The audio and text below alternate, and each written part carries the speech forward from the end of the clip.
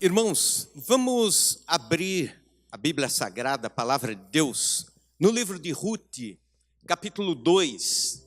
É um livro que fala de um tempo difícil e como Deus trabalhou nesse tempo numa família.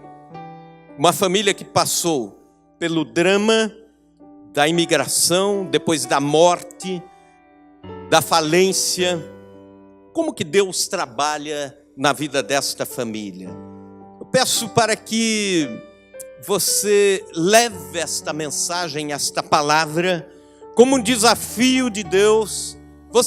Principalmente você, que quer mudar alguns aspectos na sua vida, quer crescer, quer mudar a sorte, para dar a volta por cima. E eu poderia dizer que o título desta mensagem pode ser esse: atitudes de quem quer dar a volta por cima. Então, diga comigo: atitudes de quem quer dar a volta por cima. Ruth, capítulo 2. Tinha Noemi um parente de seu marido, senhor de muitos bens, da família de Elimeleque, o qual se chamava Boaz. Ruth, a moabita, disse a Noemi: deixa-me ir ao campo e apanharei espigas atrás de quem me favorecer. Ela lhe disse: vai, minha filha. Ela se foi, chegou ao campo, apanhava após os segadores. Por casualidade entrou na parte que pertencia a Boaz, o qual era da família de Elimeleque. Eis que Boaz veio de Belém e disse aos segadores: Senhor seja convosco. Responderam-lhe eles: o Senhor te abençoe. Depois perguntou Boaz ao servo encarregado dos segadores: de quem é esta moça? Respondeu-lhe o servo: esta é a moça moabita que veio com Noemi da terra de Moabe. Disse-me ela: deixa-me rebuscar espigas e ajuntá-las entre as gavelas após os segadores.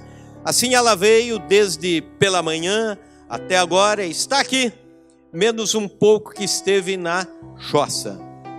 Então disse Boaz a Ruth: ouve, filha minha, não vás colher em outro campo, nem tampouco passes aqui, porém aqui ficarás com as minhas servas. Estarás atenta ao campo que cegarem, irás após elas.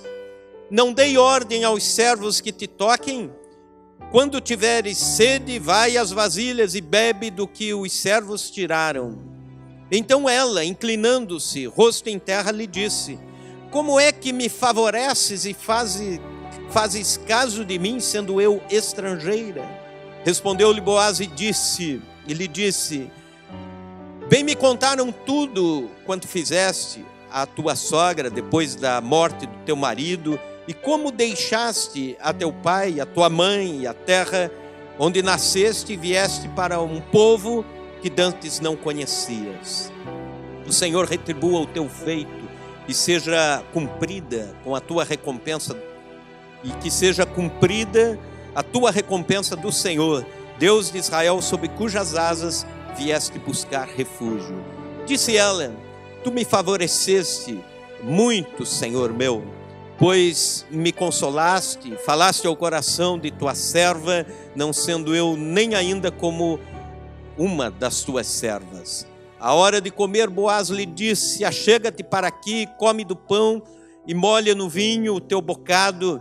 Ela se assentou ao lado dos segadores e ele lhe deu grão tostados de cereais. Ela comeu e se fartou e ainda sobejou. Levantando-se ela para rebuscar, Boaz deu ordem aos servos, dizendo: até entre as gavelas deixa colher e não a censureis.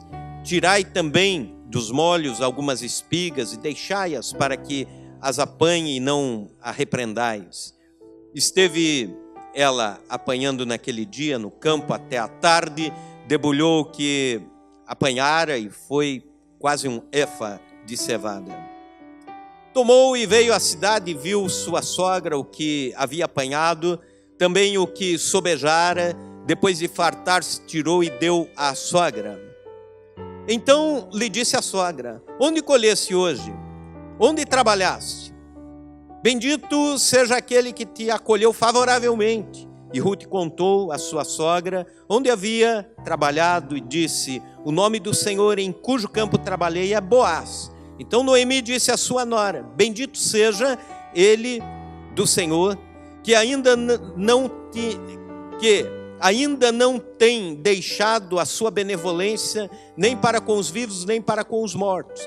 Disse-lhe mais Noemi: esse homem é nosso parente chegado, e um dentre os nossos resgatadores. Continuou Ruth, a moabita, também ainda me disse: com os meus servos ficarás até que acabem toda a cega que tenho. Disse Noemi à sua nora: Ruth, bom será, filha minha, que saias com as servas dele, para que noutro campo não te molestem. Assim passou ela a companhia das servas de Boaz para colher, até que a cega de cevada e do trigo se acabou, e ficou com a sua sogra. Senhor Deus, nós pedimos que a tua palavra que será pregada traga desafio para nós, traga consolo, conforto, nossos corações sejam trabalhados e ministrados por ti nesta noite, em nome de Jesus. Amém. O primeiro capítulo do livro de Ruth é um capítulo triste. É um capítulo que fala de perda, de fome, fala de falência, de luto, fala de desemprego, fala de humilhações sociais. Quando chegamos no segundo capítulo do livro de Ruth, nós vemos a providência de Deus. Deus provendo a uma família que passa por todos os momentos difíceis, a família de Elimeleque, a família de Noemi, que agora só lhe resta sua nora Ruth, ambas sozinhas, viúvas, agora voltam para a cidade de Belém e ali recomeçam a vida de uma forma muito trabalhosa, mas é impressionante como Deus trabalha na vida daqueles que também estão dispostos a erguer a cabeça, não obstante as dificuldades da vida. Nós estamos no nosso país vivendo dificuldades enormes. Nós estamos no nosso país vivendo dificuldades com a economia, com a sociedade, com as mudanças rápidas do jeito de ser, esse tempo que a gente chama de modernidade líquida. Nós estamos no nosso país sofrendo problemas sociais, morais, espirituais, intensos, grandes. E existem aqueles que baixam a cabeça e se conformam. Existem aqueles que lutam apenas com a sua força. Mas existem aqueles que se entregam a vencer na força de Deus. E não se dão por vencidos por esse mundo, mas estão dispostos a escrever uma nova história. Esse é o caso de Ruth. Ela não se dá por vencida, volta com a sua sogra para a cidade de Belém, e ali a sua sogra, sim, está entrando em depressão, baixou a cabeça, disse: eu estou acabada, mas Ruth se levanta e vai lutar.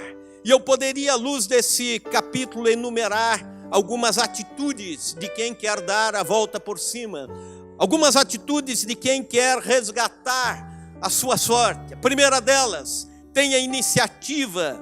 Veja comigo o versículo 2. Ruth, a moabita, disse a Noemi: deixa-me ir ao campo e apanharei espigas atrás de quem me favorecer. E ela lhe disse: vai, minha filha.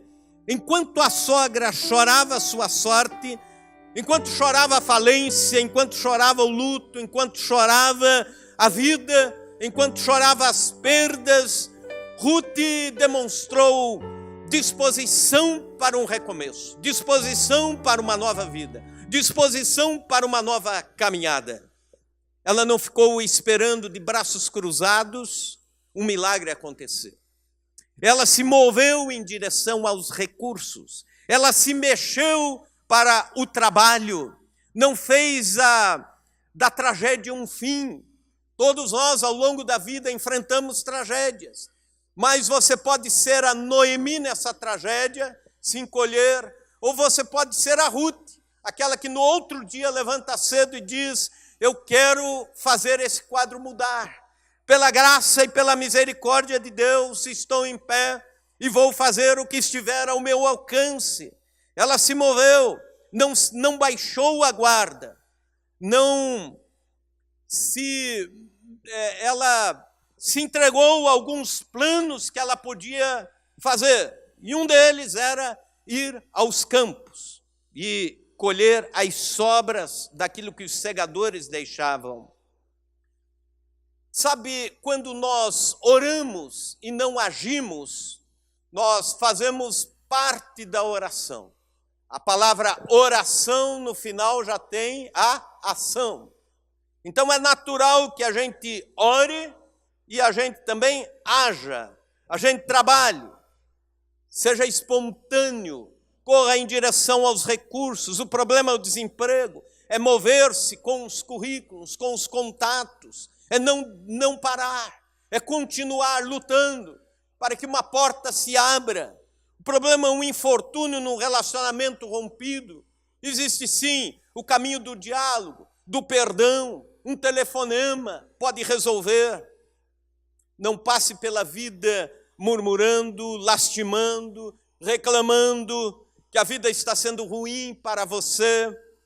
Não passe pela vida dizendo que está tendo falta de sorte ou de chance. Não. Mova-se em direção às espigas, aos campos, às soluções. Tenha essa iniciativa. Segundo lugar, não tenha medo de correr riscos. Versículo 2, a parte B. Apanharei as espigas atrás daquele que me favorecer. Havia uma lei entre os judeus no Antigo Testamento. Essa lei era dada por Moisés, era um dispositivo de provisão para os pobres e viúvas. Leva-se em conta que naquela época não havia nenhum sistema previdenciário. Então a viúva ficava viúva, se ela não tivesse bens, a sua vida então ia ser dali para frente na boa vontade das pessoas que iam favorecê-la. Alguém ficava órfão, não havia como, não existia um INSS naquela época. Então havia um dispositivo na lei de Moisés que dizia assim: que no tempo da cega, no tempo da colheita, as esquinas, os quadradinhos dos campos, os cantos dos campos não podiam ser colhidos. Tinha que deixar os cantos para aqueles que viessem, os menos favorecidos, colherem. Os órfãos, as viúvas, os falidos e tudo mais. E também, na colheita, os homens e mulheres iam colhendo e aquilo que caísse no chão não podiam abaixar e pegar. Tinham que deixar para que os órfãos e viúvas viessem atrás e pegassem. No entanto, naquele tempo, veja bem como são as coisas, qualquer semelhança com o Brasil é mera coincidência. Os fazendeiros não respeitavam esta lei. E muitos enxotavam as viúvas, os órfãos, e diziam: não, nós vamos colher. Normalmente aqui, os cantos dos campos, se cair no chão a espiga, abaixa, pega e não vamos dar nada para ninguém.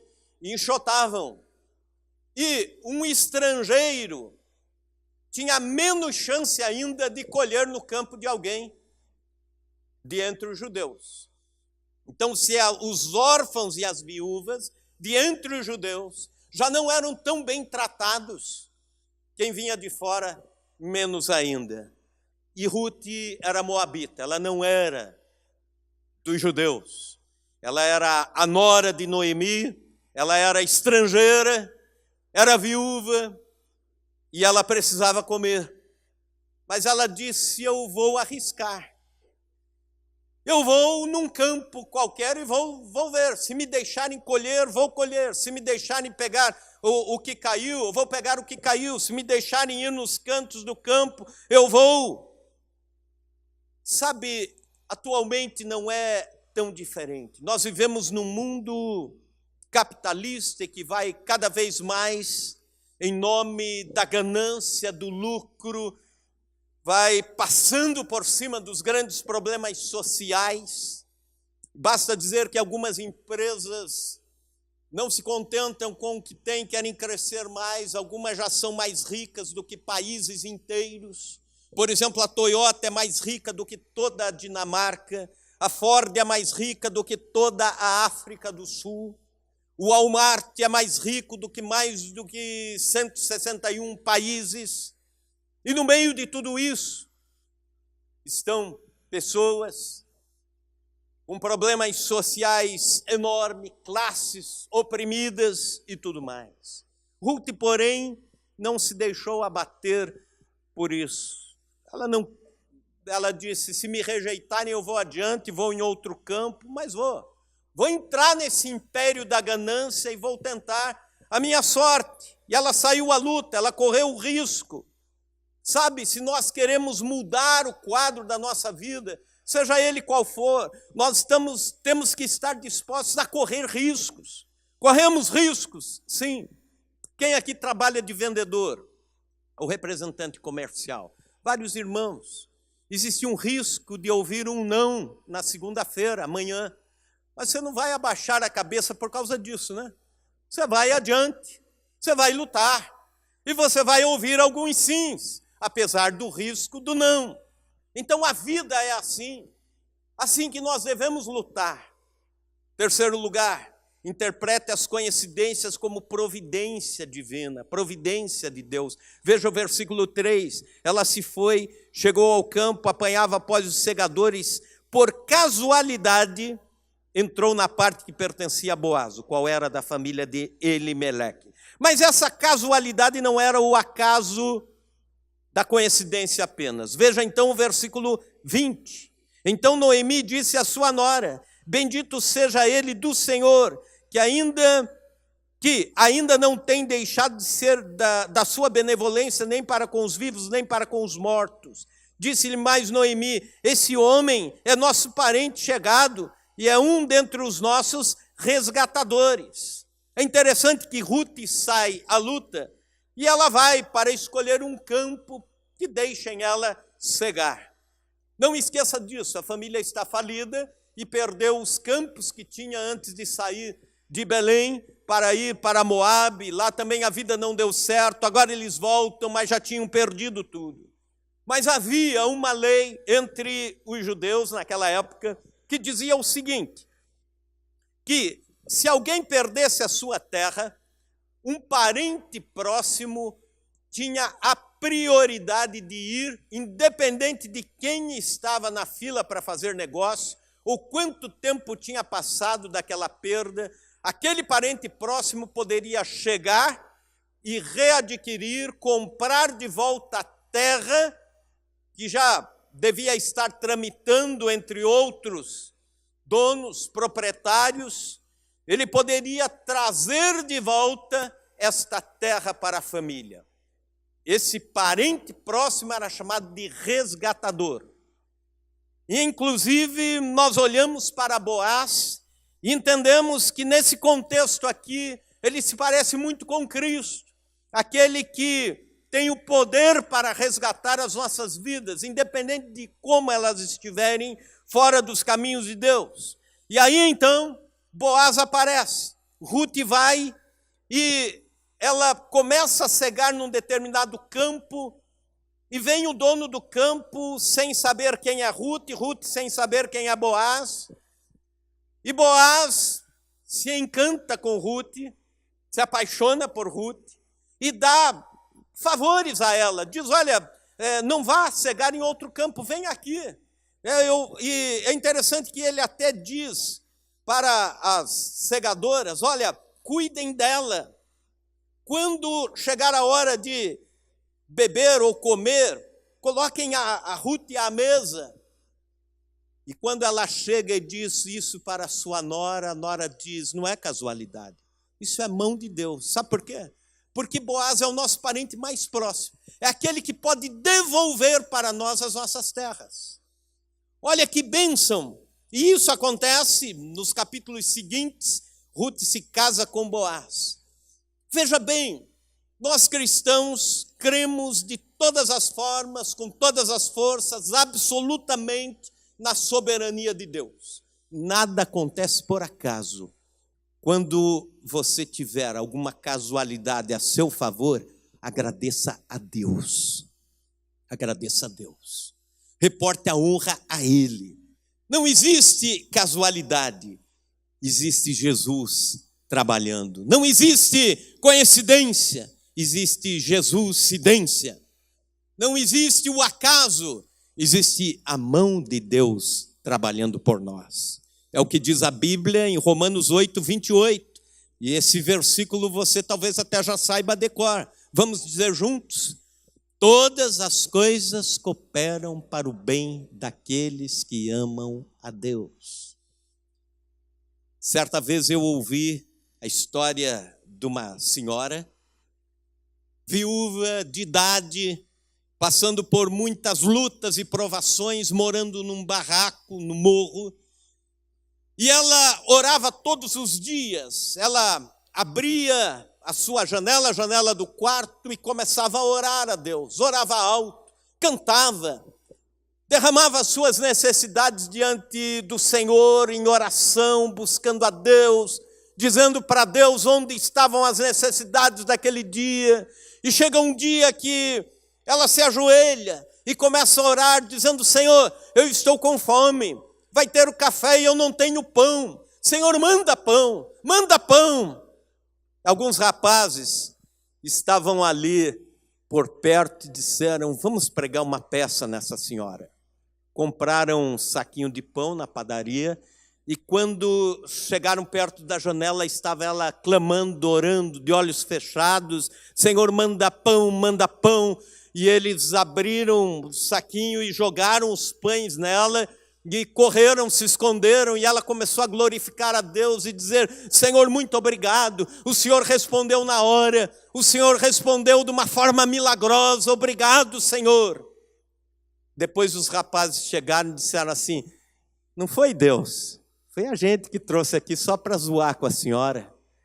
Aí ela disse assim: olha, quando Deus manda, até o diabo faz a entrega, mas quem mandou foi Deus. Quem mandou foi Deus. Sabe, se coisas boas estão acontecendo na sua vida, agradeça a Deus. Seja grato a Deus. Interprete não como coincidência, mas como mão de Deus. Também quem quer dar a volta por cima, precisa ter um coração grato. Veja comigo o versículo 10.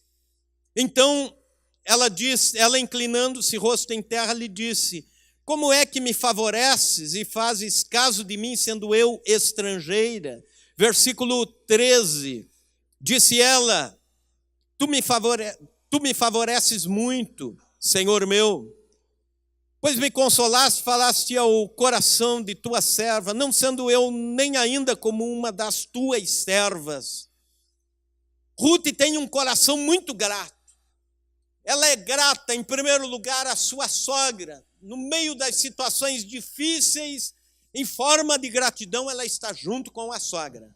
Aí chega esse momento da vida, alguém lhe favorece, o Boaz favorece, deixa ela colher no seu campo, e ela agradece, não esquece de agradecer. Ela tem a consciência de que é pobre, viúva, estrangeira, mas que não perdeu a gratidão. Escute isso, você pode perder muitas coisas na vida, mas não perca o senso de gratidão. Não perca o espírito grato, porque isso pode te levar muito longe. Pode ser uma bênção na sua vida, no seu futuro. Seja grato a quem foi abençoador na sua vida, na sua história, na sua caminhada. Seja grato, tenha expressões de gratidão para quem é benevolente para com você. Seja grato a Deus, seja grato à vida. Existem pessoas que nos momentos difíceis da vida começam a murmurar, esbravejar, xingar as situações, as pessoas, ficam irados contra Deus e contra todo mundo. Mas existem aqueles que, mesmo nos momentos difíceis, têm o coração grato. E essa gratidão vem de Deus. Esta gratidão impulsiona você a ser um homem de sucesso, uma mulher de sucesso, dar a volta por cima. Tenha o coração grato. Nós vivemos num mundo de ingratidão, um mundo de coração cada vez mais fechado.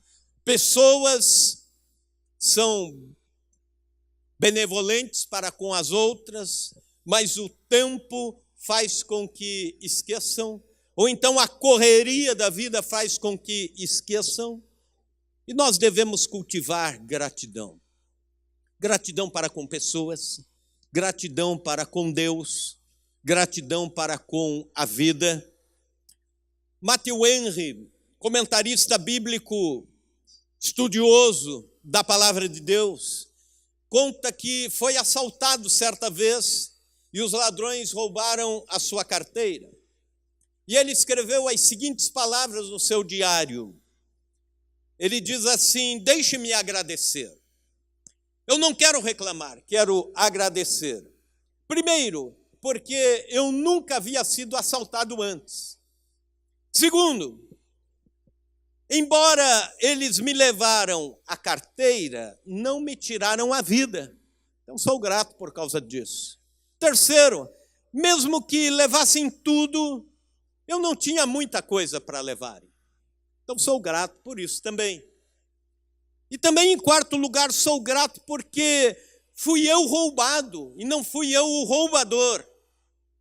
Isso me faz lembrar de um irmão da igreja que foi assaltado lá na cidade de Maringá. E quando ele estava na delegacia de polícia, e o delegado chegou para se inteirar, aliás, o escrivão chegou para se inteirar do caso, e eles estavam assentados ali, aguardando, estava a esposa, estava o filho e tal. E aí o escrivão perguntou: quem é a vítima? E ele, por um instante, ia dizer: eu sou a vítima. Mas aí ele disse para o escrivão: eu ia dizer que sou a vítima, mas eu prefiro dizer que eu não sou a vítima. Porque eu estou aqui, daqui, eu dou a queixa, saio, vou para o meu lar, para a minha casa, lá tem uma casa me esperando, a cama, amanhã tenho trabalho, tenho emprego, tenho almoço. E ele disse: doutor, a vítima é a pessoa que me assaltou. Talvez ele não tenha nada disso, e eu me recuso a dizer que sou a vítima. E aí, por último, ele diz assim: graças a Deus, eu não sou a vítima. Interessante, sabe? Nessas horas a gente quer ser sempre a vítima, aquele negócio do vitimismo. Mas um coração grato impede que a gente entre neste veio para ser a vítima em todas as situações. Cultive o espírito de gratidão, palavras de gratidão, expressão de gratidão, gestos de gratidão. Em último lugar, semeie no campo da bondade. Veja comigo versículos 11 e 12. Respondeu Boaz e disse: bem me contaram tudo quanto fizeste a tua sogra, falando ele a Ruth, depois da morte do teu marido, e como deixaste o teu pai e a tua mãe e a terra onde nasceste e vieste ao povo que dantes não conhecia. Senhor, retribua o teu feito e seja cumprida a tua promessa do Senhor, Deus de Israel, sob cujas asas vieste buscar refúgio. Noemi investiu um dia de forma bondosa na vida da sua sogra. Isso se tornou notório. A fama da bondade de Ruth, a fama da bondade da nora correu. A fama foi além fronteiras, chegou na frente da própria Ruth, porque quando Noemi e Ruth voltam para Belém, a cidade inteira já estava sabendo o quanto Ruth foi boa para com a sua sogra. Dizem por aí que a notícia ruim corre mais rápido. Eu poderia dizer que isso é uma meia-verdade, porque boas notícias correm rápido também. Então semeie no campo da bondade, que com isso pessoas vão estar olhando para um dia dizerem: olha, vale a pena investir nesta pessoa, vale a pena investir naquele profissional, vale a pena investir naquele homem, naquela mulher, porque tem um coração bondoso. Ali é um campo fértil de bondade. A lei da semeadura e da colheita é universal e é em todas as áreas. Se aplica em todos os tempos, em todos os lugares, em todas as culturas. Quem planta mentira, colhe traição. Quem planta verdade, colhe lealdade. Quem planta ciúmes, colhe suspeitas. Quem planta confiança, colhe descanso. Quem planta ódio, colhe amargura, mas quem planta amor, colhe ternura, e assim por diante. Nós somos sempre chamados por Deus a plantar no campo da bondade, sementes de bondade. Deus, eu imagino o seguinte: quando nós começamos a entrar na idade da consciência, adolescência em diante, Deus coloca em cada um dos nossos lados bornaus diferentes de sementes. Você pode escolher as sementes da indiferença, você pode escolher as sementes da amargura, das razões que você tem para isso, semeá-las. Ou você pode lançar mão das sementes da bondade, das sementes do bem, e fazer essa semeadura, e Deus vai honrá-lo. Pense nisso, que semeadura eu estou fazendo. Ruth fez uma excelente semeadura, e quando chegou no momento, alguém disse: vou investir na vida de Ruth. Boaz disse isso, porque vale a pena. Essa mulher é nobre, e vale a pena investir na vida de quem tem bondade. Atitudes de quem quer mudar a sorte, atitudes de quem quer dar a volta por cima. Tenha iniciativa, não tenha medo de correr riscos, interprete casualidades como providência divina, cultive um coração grato e semeie no campo da bondade. Amém.